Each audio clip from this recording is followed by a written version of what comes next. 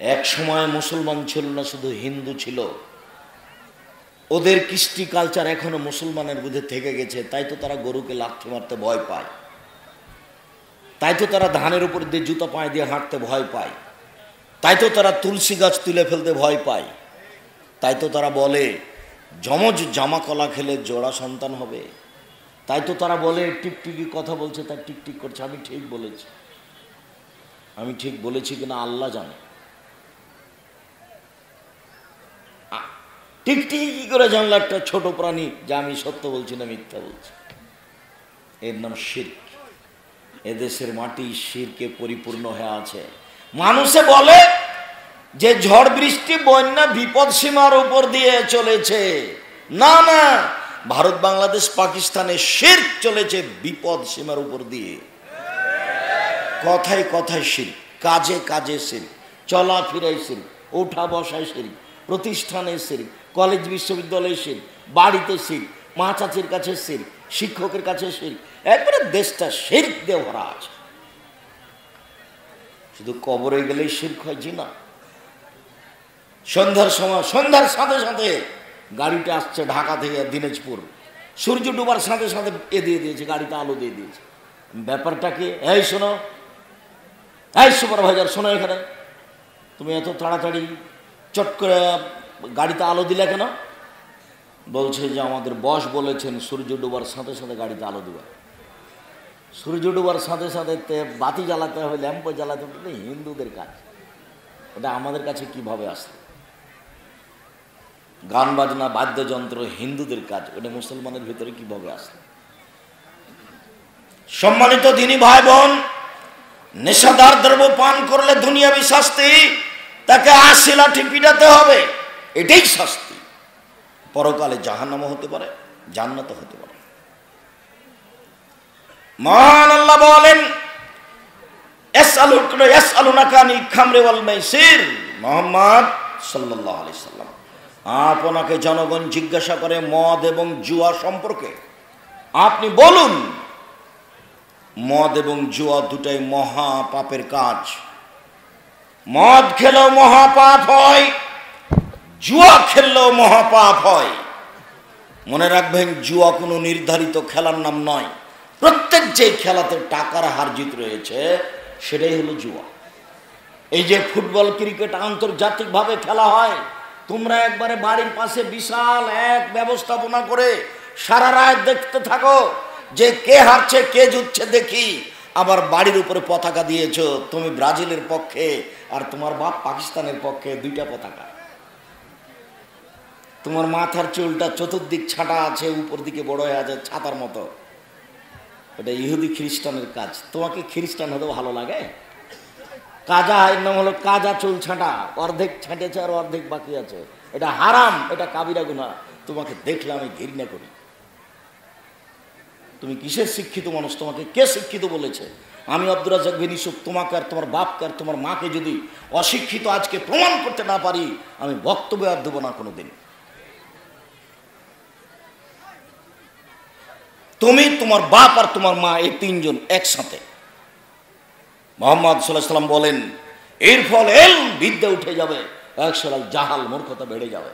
এই ছেলে, চতুর্দিকে এই পর্যন্ত ছাঁটা আছে, ব্লেড দেওয়ার উপরে এভাবে চুল হয়ে আছে, এটা কি বলো তো তুমি দেখি? এটা কি? তোমার বাপ ডান দিকে বসে আছে আর তোমার মা বাম দিকে বসে আছে, আর তোমার দুই কানে ইয়ারফোন লাগা আছে, ইন্ডিয়া ল্যাংটা গান চলছে। এখন বলো তোমার বাপ মা কি? এই ছেলে বলো তোমার বাপ মা কি? বলো, এর নাম বাপ মা? কুকুর শ্রীগাল বানাতে এসেছে বাপ মা, না ছেলে মানুষ করতে এসেছে বাপ মা? 1 মিনিট উপস্থিত বৈঠকের মুসলিম বোন, এই মেয়ে মুখ খুলছো কেন? শরম করো না একটু?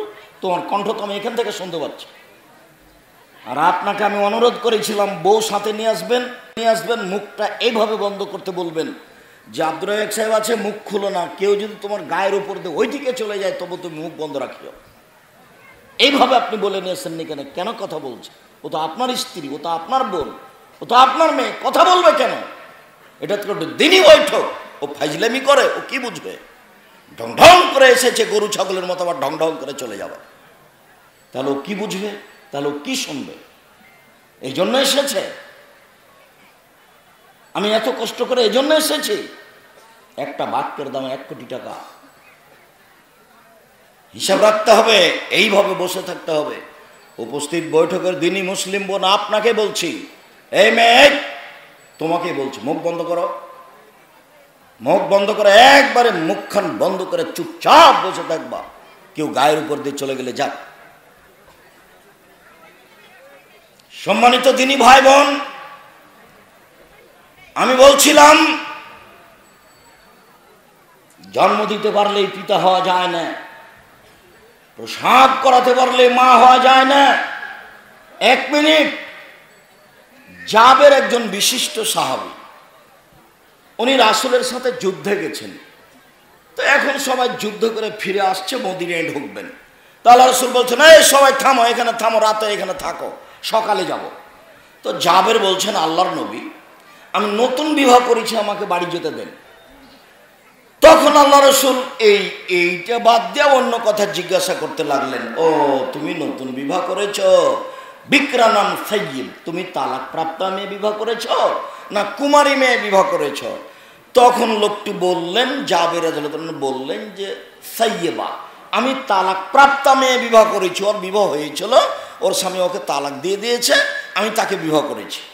তখন আল্লাহ রাসূল বলছেন, হাল্লা বিক্রান তোলায়বকা, তুমি কুমারী মেয়ে কেন বিবাহ করলে না? তুমি তার সাথে খেলতো, তোমার সাথে খেলতো, তুমি তার সাথে খেলতে, ও তোমার সাথে খেলতো, তুমি কেন কুমারী মেয়ে বিবাহ করলে না? তখন উত্তর দিচ্ছে, দেখেন, এবার আপনি যে বাপ মা, এটা আপনাকে দেখাবো, উত্তর দিচ্ছে দেখেন, আল্লাহর নবী, আমার বাপ উহুদের যুদ্ধে শহীদ হয়েছেন, আমার বাপ 6টা মেয়ে রেখে গেছেন, 6টা। তো আমি আমার বোনদের সমবয়সের মেয়েকে বিবাহ করতে চাইনি 4টা কারণে। আমি তালাক প্রাপ্ত মেয়ে, বড় মহিলা, হুঁশজ্ঞান রাখে, সংসার বুঝে, এরকম মেয়ে বিবাহ করেছি 4টা কারণে। 1, তুয়াদ্দবহন না, ও জন্য আমার বোনদেরকে শিষ্টাচার দিতে পারে। 2, অতুয়াল্লামহন না, ও জন্য আমার বোনদেরকে বিদ্যা শিক্ষা দিতে পারে। 3, অতুরাজ্জেলহন না, ও জন্য আমার বোনদের মাথার চুল চিরুনি করে দিতে পারে। 4, অতাকুমা আলাইহিন না, ও যেন আমার বোনদের উপরে পাহারা দিতে পারে। হাদিস তো বুখারী মুসলিম, আপনার কাছে কি বিবেচনা আছে? এই ছেলে, বলো দেখি 4টা কি? এই মেয়ে, তুমি তো ক্লাস 10-এ পড়ো, শোনো, তোমাকে বলছি আমি, বলো তো কি 4টা? ও যে বলছে আমার বোনদেরকে এই দেখাশোনার জন্য আমি বিবাহ করেছি বড় মেয়ে, আমি কেন তালাক প্রাপ্ত মেয়ে বিবাহ করলাম? তার 4টা কারণ তোমার মনে থাকবে। 1, হুঁশ বুদ্ধি শিষ্টাচার দেওয়ার জন্য। 2, বিদ্যা দেওয়ার জন্য। 3, মাথার চুল চিরুনি করে দেওয়ার জন্য। 4, আমার বোনদের উপরে পাহারাদার হিসেবে থাকবে, দেখে শুনে থাকবে, সবসময় চোখের উপরে রাখবে, সেই জন্য। বলেন তো 4টা কি কি? মনে থাকবে না, একটা মনে নাই। ছেলে, তুমি বলো তো দেখি। 1, শিষ্টাচার। 2, বিদ্যা। 3, মাথার চুল চিরুনি করে। 4, পাহারা দেবে। এবার তুমি বলো, তোমার কানে ইয়ারফোন লাগা আছে, তোমার বাপ ডান দিকে আছে, তোমার মা বাম দিকে আছে, বলো কোনটা পাহারা দাও? এটা কি? তুমি বলো এটা। হাদিস তো বুখারী মুসলিম। আজকের বক্তব্য শেষ, এই দিয়ে আমি বাড়ি চলে যাব। এখানে তোমার বোন বসে আছে, আর এখানে তোমার বাপ বসে আছে, বলো এটা কোনটা পাহারা দাও? কোনটা পাহারা দেওয়া হলো? তোমার বোন এখানে মাথায় কাপড় না দিয়ে বসে আছে, তোমার মাও ওখানে আছে। তোমার মায়ের এই, তোমার বোন তোমাদেরকে প্রসব করাই ঠিক হয়নি। ভুল সিদ্ধান্ত, আমার উপরে উল্টা কথা চাপায় না। আল্লাহর কসম, আল্লাহে, আল্লাহর কসম, আল্লাহে, আল্লাহর কসম, আমি আব্দুর রাজ্জাক বিন ইউসুফ 32 বছরে কোনোদিন অপ্রয়োজনীয় বাক্য বলিনি। 32 বছরে আমি কোনোদিন কেসা কাহিনী বলিনি। 32 বছরে আমি কোনোদিন মানুষের বিরুদ্ধে কথা বলতে যাইনি। 32 বছর আমি কোনোদিন দল মাঝাবের বিরুদ্ধে কথা বলিনি। 32 বছর যাবত আমি আমার দিনী ভাই বোনকে আপনাদেরকে পরকালমুখী করতে চেয়েছি। কোন আমল করলে পরকালমুখী হওয়া যাবে, আল্লাহকে চেনা যাবে, সেটা আমি বলতে চেয়েছি। আমি সবসময় বক্তব্য শেষে 4টা জিনিস বলেছি। 1, 5 ওয়াক্ত নামাজের সাথে কোনোদিন আপোষ করতে হবে না, সময় মতোই পড়তে হবে, নারী পুরুষ সবাকেই। 2, হালাল রুজি খেতে হবে। 3, কোরআন মাজিদ তেলাওয়াত করতে হবে, অন্তত সূরা ইখলাস। টিস্যু লাগবে, আর তোমরা একটু পাখা দেখাতে হবে। 4, 2 জন যেখানে বসে আছে সেখানে বসবেন না, ওর নাম আড্ডা পিটা। ওখানে কারো বদনাম হচ্ছিল, আপনি গিয়ে বললেন ঠিক বলেছিস, আসলেই খারাপ। এবার নেন তো তাহাজ্জুদ পড়লেন, একটা টিকবে না, সব হারিয়ে যাবে। এক কথা দিয়ে সব নষ্ট হয়ে যাবে। এই জন্য আপনাকে আমি আড্ডা পিটতে 2 জন যেখানে বসে আছে সেখানে বসতে নিষেধ করেছি। আপনি আমার দিনী ভাই, আপনি আমার দিনী বোন, আপনাকে আমি অনেক ভালোবাসি, আমি আপনাকে কষ্ট দিতে আসিনি। বক্তব্য সুর দিয়ে দিতে হবে না, বক্তব্য সুর কণ্ঠে দেওয়া জায়েজ নয়। 32 বছর থেকে বলে আসছি বক্তব্য হতে হবে এইভাবে। এই যা খাতাবা, যখন আল্লাহ রাসূল বক্তব্য দিতেন, ওহমারা তাই না হু, 2 চোখ লাল হয়ে যেত, অস্তা দেখা যাবো হু, রাগ বেশি হয়ে যেত, অলা সৌত হু, কণ্ঠ উঁচু হয়ে যেত, কান্না মন জোরে যাস, যেন তিনি সৈন্যদলকে ধমক দেখাচ্ছেন, এই করতে হবে সেই করতে হবে। এটা ছিল তোর বক্তব্যের গতি। হাদিস বুখারী মুসলিম। কণ্ঠস্বরে বক্তব্য দিলে সত্য মিথ্যা একসাথে না জড়ালে কণ্ঠ টিকে না, আর মানুষকে মূল্যায়ন করতে পারে না। আপনার পরিবর্তনের জন্য এসেছি, মুনাফিকি করবেন না। আপনি আমার দিনী ভাই, আপনার ছেলে মেয়ে আছে, কথা 4টা মনে রাখেন, বক্তব্যের সাথে মুনাফিকি করিয়েন না। বক্তব্যের সাথে মুনাফিকি করে নিজের উপকার করতে পারবেন না, জাতির উপকার করতে পারবেন না, মরলেই জাহান্নাম হবে। কবর যত কঠিন, কিয়ামত তার চেয়ে অনেক বেশি কঠিন। কিয়ামত যত কঠিন, জাহান্নাম তার চেয়ে অনেক অনেক অনেক বেশি কঠিন। সম্মানিত দিনী ভাই বোন, জুয়া, প্রত্যেক যেই খেলাতে হার জিত আছে সেটা হলো জুয়া। এই ছেলে শোনো, যেই খেলাতে শরীর চর্চা নেই, হার জিতও নেই, বসে বসে সময় কাটে, এইটা আরো হারাম। আল্লাহ রাসূল বলছেন, মান লাইবা বিনারদে শির ফাঁকা দাঁত খেলা এদাহুফি দামে খিনজির। কেউ যদি চৌসার, ছক্কা, লুডু, দাবা, পাঞ্জা, ক্যারাম বোর্ড, তাস, গেমস, যত খেলা এখন পৃথিবীতে দেখা দিয়েছে, বসে বসে চলে, কিয়ামত পর্যন্ত আরও যত দেখা দিবে, সব খেলাগুলিতে কেউ যদি অংশগ্রহণ করে তাহলে সে তার হাতকে শোরের শুকুরের রক্তের মধ্যে ডুবিয়ে দিল। হাদিস মুসলিম। এই কথা মুহাম্মদ সাল্লাল্লাহু আলাইহি ওয়াসাল্লাম বলেন, আমি নিজে বলিনি, আমি অনুবাদক। তিনি বলছেন, মান লাইবা মান বেনারদেশির, কেউ যদি চৌসা, ছক্কা, লুডু, দাবা, পাঞ্জা, ক্যারাম বোর্ড, তাস, গেমস।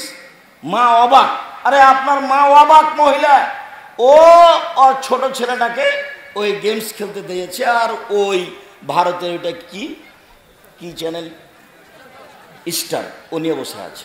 এই বউকে আপনি সংশোধন করেন, নাহলে 3 দিনের মধ্যে তালাক দিবেন। আমি আপনাকে তালাক দিতে আদেশ করিনি, তবে পরকাল হারায়েন না। আপনাকে আমি তালাক দিতে সরাসরি ওই মহিলাকে বলেছি যে আপনার মায়ের মতো হবে না, ওকে 150 চাউল রান্না করতে হবে না। আপনার মা চাউল রান্না করতে 3 কেজি, অন্তত তাকে হাফ কেজি 1 কেজি চাউল রান্না করতে হবে। সারাদিন ফকিরে খাবে, সন্ধ্যাতে গরুতে খাবে, গরু ছাগলে খাবে। কেন 150 চাউল রান্না করলো? কেন রান্না করবে? দুপুরে মেহমান এসেছে, তখন বলছো আর স্বামীকে, কি করবে কি করবে, অল্প চাউল রান্না করেছি তো, দিলে তো শেষ হয়ে যাবে, চানাচুর বিস্কুট দেবি দেখে দাও। এটি কি আপনার মায়ের স্বভাব ছিল? আপনার মা ঢেঁকিতে ধান ভেঙে ভাত রান্না করত 16 জন মানুষের। আপনার মায়ের মন যেমন বড় ছিল তেমনই হতে হবে আপনার স্ত্রীর মন। ওকে বুঝাতে হবে, ফকিরকে ভিক্ষা দিয়ে জান্নাত কিনবো এটাই চূড়ান্ত। তাহাজ্জুদ পড়ে জান্নাত কিনবো না, ফকিরকে ভিক্ষা দিয়ে জান্নাত কিনবো এটাই ঠিক। জান্নাত কিনে নিব, মুসাফির অসহায় মানুষকে খেতে দিয়ে জান্নাত কিনে নিব। রাসূল সাল্লাল্লাহু আলাইহি ওয়াসাল্লামকে জিজ্ঞাসা করা হলো, পৃথিবীর মানুষ দুনিয়াতে আছে, অনেক মানুষের জীবনে সবচেয়ে বড় ভালো কাজ কি? আল্লাহর নবী বলেন তো, আল্লাহর নবী, মানুষের জীবনে সবচেয়ে ভালো কাজ কি? মানুষ হজ করে, ভালো কাজ। সিয়াম পালন করে, ভালো কাজ। যাকাত দেয়, ভালো কাজ। তাসবিহ তাহলিল করে, ভালো কাজ। কোরআন মাজিদ তেলাওয়াত করে, ভালো কাজ। তো সবচেয়ে ভালো কাজ কোনটি? তখন আল্লাহ রাসূল বলছেন, তুতি মুক্তম অতাকরাহু সালাম, দুস্থ গরিব ফকির মিসকিনকে খেতে দিবা, এটাই হলো সবচেয়ে ভালো কাজ। উত্তর আমি দিইনি, উত্তর মোহাম্মদ সাল্লাল্লাহু আলাইহি ওয়াসাল্লাম দিয়েছে। তা আপনার বউ 150 চাল রান্না করেছে, বলেন তো ফকিরকে কি দিবে? আর আমি বলেছিলাম যে আপনি আর আপনার স্ত্রীর স্বভাবকে পরিবর্তন করবেন। এই ছেলে, তোমাকে আমি বলে দিই, তোমার মাকে বলে দিও, আম্মা যখন আমি বাড়ি থেকে বের হবো আম্মা, তখন আমার পকেটে 50টা টাকা খুচরা দিয়েন তো আম্মা, 5 টাকা 10 টাকা নোট দিবেন। ফকির আসলে আমার কাছে 500 টাকা নোট থাকে, তখন আমি খালি বলি মাফ করো, মাফ করো, মাফ করো। ফকিরের কাছে মাপ চাইতে হয়। আম্মা আমার পকেটে আপনি 20 টাকা 30 টাকা 50 টাকা 100 টাকা খুচরা দিয়ে দেবেন। 100 টাকা খুচরা 10 টাকা নোট নিলে 10টা, আর 5 টাকা নিলে 20টা। সারাদিন 100 টাকা দিতে পারবেন না, আর ফকিরটাকেও ঘুরে যেতে হলো না, আর আপনাকে মাপ চাইতে হলো না। আর বড় উপকার হলো, কেন স্বভাব পরিবর্তন করবেন না? কেন তোমার মা তোমাকে বলে না? কেন তুমি তোমার মাকে বলো না? কেন আপনি আপনার স্ত্রীকে বলেন না? বলবেন।